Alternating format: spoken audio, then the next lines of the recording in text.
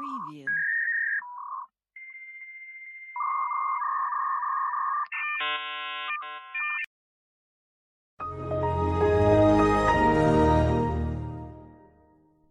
Hi guys, welcome to Air Pollution Class 101. Today, we'll be talking about Malaysia's reaction to various international climate change treaties. We hope you'll find this video informative, and let's jump straight into it. As you all know, industrialization and modernization have been rapidly occurring worldwide. This has led to various advantages, such as an increase in job opportunities, reduction in poverty, and development of new technology and products. However, alongside these benefits, globalization has also led to the depletion of natural resources, loss of biodiversity, and an increase in the level of pollution of Mother Earth. Climate change and global warming due to human activities have long since become a highly concerned issue worldwide. Fortunately, nations worldwide are aware of the current challenges faced by Mother Earth and have come together to tackle the problem by implementing climate change treaties. Let's take a closer look back home. In 2000, Southeast Asia was said to be responsible for 12% of the world's greenhouse emissions, also known as GHG emissions. According to WHO, or the World Health Organization, Malaysia was also said to be ranked second in the region in terms of GHG emissions per capita in 2013. The main GHG emission contributors are known as carbon dioxide, CO2, methane, CH4, and nitrous oxide, NO2. In Malaysia, these emissions come from the energy, transport, and the manufacturing industries, along with the agriculture sector. The emission of GHG, which ultimately leads to climate change, flooding, and volatile weather changes, have caused great concerns, and thus, to reduce and mitigate climate change, here are some of Malaysia's reactions towards international climate change treaties. United Nations Framework Convention on Climate Change, or UNFCCC. The UNFCCC was the first international environmental treaty adopted by countries on the 9th of May 1992 at the Earth Summit in Rio de Janeiro. The main objective of UNFCCC was to reduce GHG concentrations in the atmosphere at a level that would prevent dangerous anthropogenic interference with the climate system. Even though no legal laws or commitments were stated under UNFCCC, it acts as an important framework and benchmark for other international treaties to uphold and follow. Following UNFCCC, the Kyoto Protocol was adopted. On the 11th of December 1997, all parties who ratified in UNFCCC met in Kyoto, Japan to agree on further actions in climate protection. The Kyoto Protocol was defined as putting into practice the UNFCCC.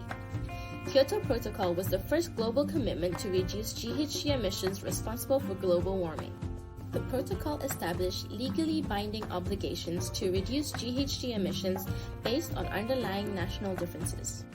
Kyoto Protocol came into effect on the 16th of February 2005, with Malaysia ratifying with the protocol on the 4th of September 2002. The protocol splits countries into developed countries, Annex 1 parties, and developing countries, non-Annex 1 parties. As mentioned before, Kyoto Protocol was based on underlying national differences, where the concept of common but differentiated responsibilities and respective capabilities was used. But what does this mean? This means all parties who ratified with the protocol were to share the common obligation to address environmental destruction, but parties did not have equal responsibilities with regard to environmental protection. This is mainly because developed countries would have an unfair economic advantage as they do not face the same restrictions as developing countries. The main responsibility of reducing GHG emissions laid with Annex 1 parties due to their ability to combat climate change. Annex 1 parties were legally bounded to reach specific emission targets by the 31st of December 2012. On the other hand, non-Annex 1 parties such as Malaysia did not have quantitative emission reduction commitment, but must commit to mitigation actions. Under the Kyoto Protocol, three mechanisms, namely the Clean Development Mechanism (CDM), Joint Implementation (JI), and Emission Trading (ET) were present. So what are some of Malaysia's reactions after ratifying in the Kyoto Protocol? Malaysia has taken the initiative to implement national policies on environmental protection, taking part in the Clean Development Mechanism scheme, and emphasizing on environmental aspects in the 10th Malaysia Plan.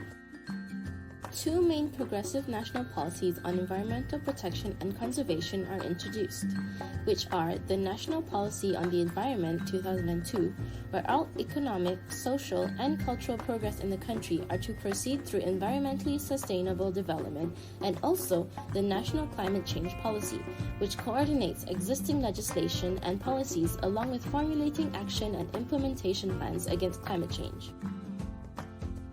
Clean Development Mechanism from Kyoto Protocol are emission reduction projects that helps to generate certified emission credits, which can be traded in emission trading schemes. CDM is beneficial to both Annex 1 and non-Annex 1 parties.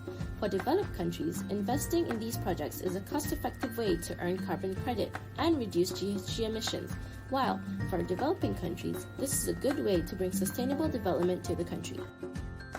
Malaysia has voluntarily participated in these projects as it helps to generate financial returns, provides development benefit, and advanced technology return for the country. Some of the potential CDM projects in Malaysia include generating renewable energy from biomass and biogas from the palm oil industry, along with methane and landfill gas recovery. The 10th Malaysia Plan from 2011 to 2015 emphasizes on environmental sustainability as part of the socio-economic development in Malaysia. Some of the action plans highlighted in the plan includes giving incentives to companies that invest in renewable energy, promoting energy efficiency usage in the country, along with carrying out forest conservation. Since Kyoto Protocol's obligation period ends by 2020, a new climate change agreement was required and thus Paris Agreement was adopted.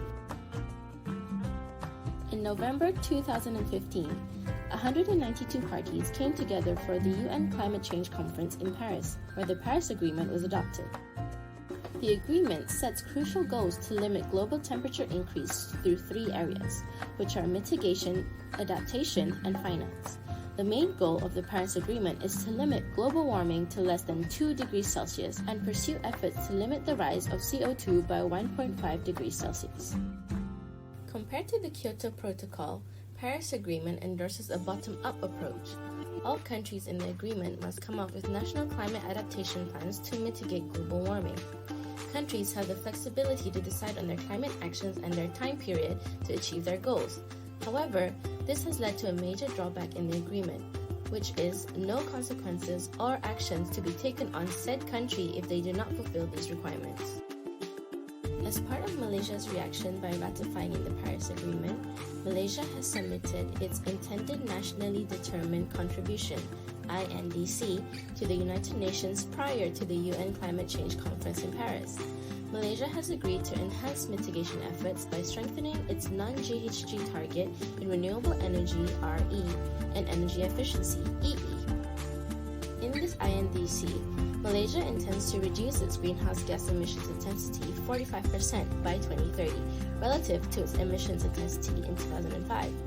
This consists of 35% on an unconditional basis and 10% contingent upon receipt of climate finance, technology transfer, and capacity building from developed countries.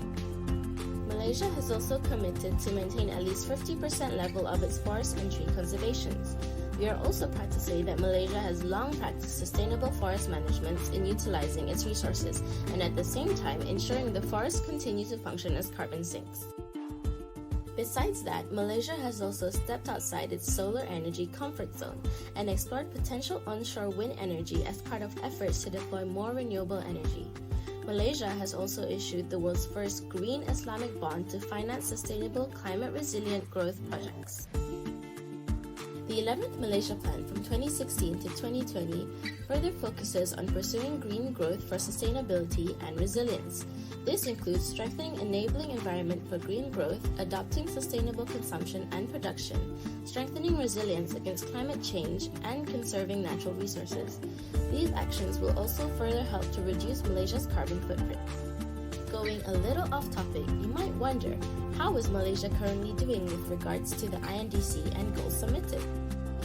Well, in the 23rd Conference of the Parties that took place in Bonn, Germany, YB Datuk Sri Dr. Haji Wan Junaidi strongly believed in Malaysia's ability to achieve its GHG reduction target by 2030 through following these plans, which are the Green Technology Master Plan, the Energy Efficiency Action Plan, and with initiatives in the transportation sector.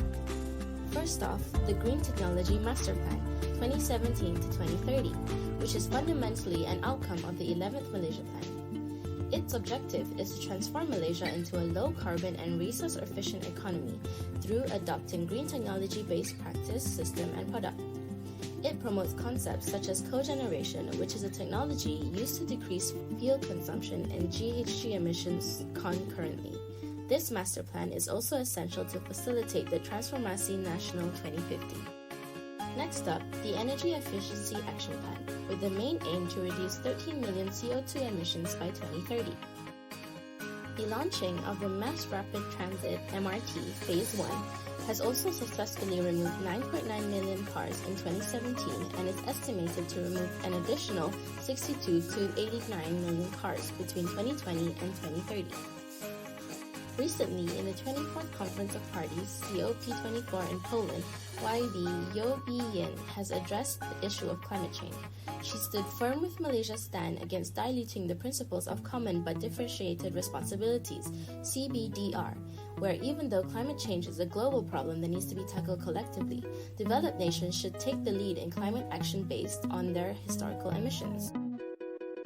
She has implemented a solar leasing policy with a 1-to-1 ratio for solar energy sales prices to increase solar power in Malaysia's electricity generation mix, and introduced flat-rate public transport monthly pass to reduce carbon emissions. She has also addressed her plans for a Climate Change Act, which detailed drafting a law to regulate carbon dioxide emissions. We have seen how Malaysia continuously puts in great effort towards climate change protection alongside adhering to international treaties. However, it is vital for everyone to play their role in mitigating climate change. As stated by Wabble Uncles, we only have one Earth and there's no spare. And that's the end of the video today. We hope you enjoyed it and hit the like button if you did. See you all soon!